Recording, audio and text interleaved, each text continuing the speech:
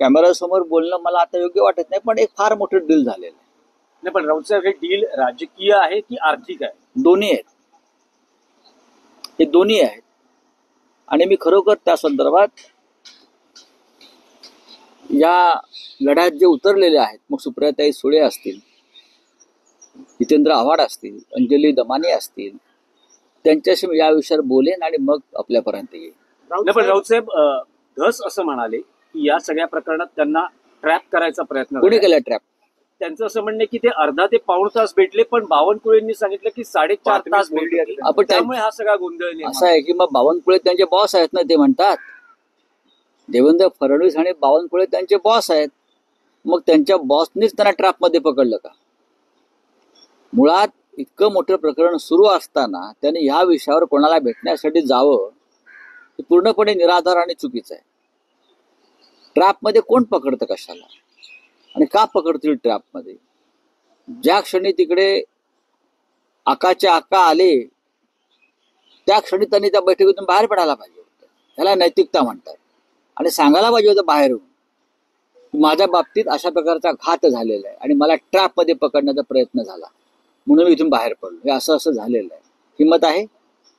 आता कशाला आक्रोश करताय? नाही, पण फडणवीसांनी या भेटीचं समर्थन केलं. ते असं फडणवीस हे गुन्हेगारांचा संवाद असला पाहिजे, संवाद राजकारणात असला पाहिजे, पण गुन्हेगारांशी असावा का? ज्यांच्यावर आरोप आहे, ज्यांचा राजीनामा मागितला जातो खुनाच्या प्रकरणामध्ये, त्यांच्याशी संवाद ठेवावा असं जर काही कोणाचं म्हणणं असेल तर या महाराष्ट्रामध्ये प्रत्येक गुन्हेगाराशी राजकारणाला संवाद ठेवावा लागेल ना. तुम्हाला गुन्हेगारी मोडून काढायची आहे ना, तुम्हाला खुनी आणि बलात्कारांना तुरुंगात टाकायचं आणि त्यांच्याशी तुम्ही संवाद ठेवा सांगताय. गृहमंत्र्यांना समजायला पाहिजे की ते नक्की कोणत्या प्रकारची विधानं करतायत. त्यांच्याविषयी जो लोकांच्या मनात आदर आहे तो अशानं कमी होईल. नाही, पण या प्रकरणात फडणवीस असतील किंवा अजितदादा असतील, त्यांचं असं म्हणणं राहिलेलं आहे की हे टोलवाटोली करतायत, या कोर्टातून त्या कोर्टात बॉल टाकतायत.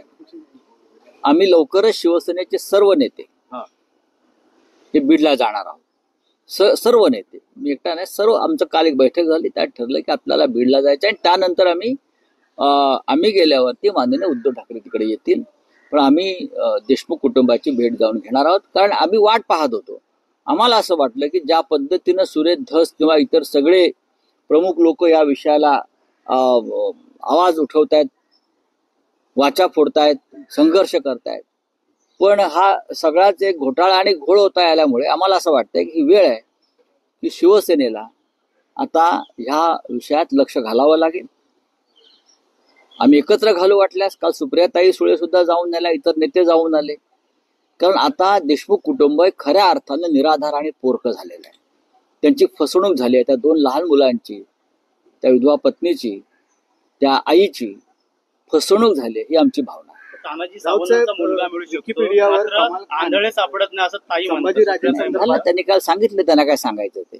राऊत साहेब, आणखी एक विषय आहे की देवेंद्र फडणवीस यांनी तीव्र शब्दात नाराजी व्यक्त केलेली किंवा संताप व्यक्त केलेला आहे. त्यांच्या मंत्रिमंडळ बैठकीचा अजेंडा लीक होतो आहे. उद्धव ठाकरे माननीय मुख्यमंत्री असताना सुद्धा त्यांच्या बैठकीतून अशा प्रकारचा अजेंडा लीक होत होता, प्रयत्न सुरू होता. आणि तेच लोक त्यांच्या सरकारमध्ये आहेत ना. फितूर इथे होते, तेच फितूर तिथे आहेत तुमच्या मंत्रिमंडळात, आणि फितूर त्यांचं काम योग्य प्रकारे करतायत. आधीच्या राज्यामध्ये सुद्धा ह्याच लोकांनी हेच उद्योग केले आणि आता सुद्धा फडणवीसांच्या सरकारमध्ये तेच फितूर सन्मानाची पदं घेऊन बसलेले आहेत आणि ती त्यांची भूमिका योग्य प्रकारे वठवतात. बोलिये. काल एकनाथ शिंदेंनी भाषण केलं त्यांच्या कार्यक्रमामध्ये. ते म्हटले की विधानसभा झाकी थी, अभी महापालिका बाकी है, पराभव आम्ही ठाकरेंच्या शिवसेनेचा करणार आहोत. ठीक आहे, पाहू ना, आपण पाहू. विधानसभेमध्ये त्यांनी ज्या पद्धतीनं निवडणूक आयोग, पैसा, यंत्रणेचा वापर केला, त्याच्यामुळे ती झाकी आहे. याच्यापेक्षा वेगळं त्यांनी काय आणलंय का? शिंदेचं आणखी एक महत्वाचं विधान आहे. ते असं म्हणतात की उद्धव ठाकरे मुख्यमंत्री झाले नसते तर शिवसेना फुटली नसती. काँग्रेसच्या दावणीला बांधलेला धनुष्यबाण वाचवण्यासाठी आम्ही उठाव केला. मग तुम्ही ज्यांच्या दावणीला धनुष्यबाण आता बांधलेला आहे, चोरलेला, ते काय योग्य आहे का? रोज उठून तुम्ही दिल्लीला उठाबशा काढताय, रोज उठून तुम्ही दिल्लीला ज्या उठाबशा काढताय त्या बाळासाहेब ठाकरेंना, माननीय शिवसेना प्रमुखांना मान्य आहेत का? त्यांना आत्मचिंतनाची गरज आहे. राऊतसाहेब विकी त्यांना जर आत्मचिंतनाला कुठे जायचं असेल तर कामाख्य मंदिरामध्ये असेल किंवा अन्य कुठे जायचं असेल त्यांनी जावं आणि आत्मचिंतन करावं. आपण जी शिवसेनेबाबत म्हणजे मूळ शिवसेनेबाबत जी विधानं करतोय त्यात किती तथ्य आणि सत्य आहे.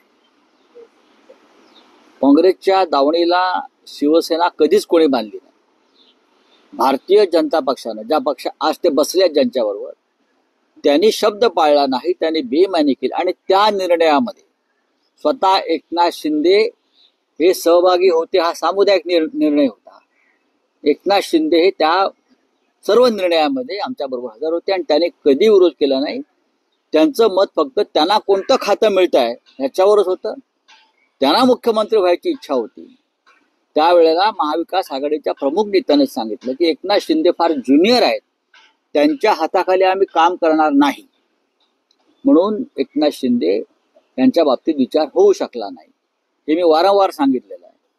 आणि महाविकास आघाडी तयार करून आपल्याला हे सरकार बनवावं लागेल ही भूमिका एकनाथ शिंदे यांची होतीच. नाही, पण राऊतसाहेब तुम्ही जे आता म्हणताय त्यानुसार जर महाविकास आघाडी सरकार स्थापन करताना उद्धव ठाकरे किंवा शिवसेनेची अशी भूमिका होती की एकनाथ शिंदे हे मुख्यमंत्री पदाचे उमेदवार होते शिवसेनेचे. प्रश्न असा आहे की एकनाथ शिंदे विधिमंडळ पक्षाचे नेते झालेच होते ना, पण महाविकास आघाडी आज जे त्यांच्यावर बसलेले आहेत,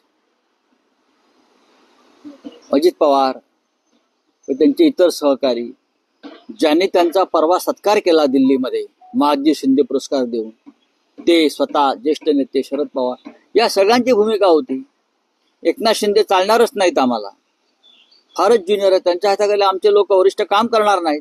म्हणजे स्वतः शरद पवार यांनी उद्धव ठाकरेंना हे सांगितलं, तुम्हाला सांगितलं की आम्हाला एकनाथ शिंदे हे मुख्यमंत्री पद उमेदवार नको. होय, यात लपवायचं काय? तसं नसतं. ते विधिमंडळ पक्षाच्या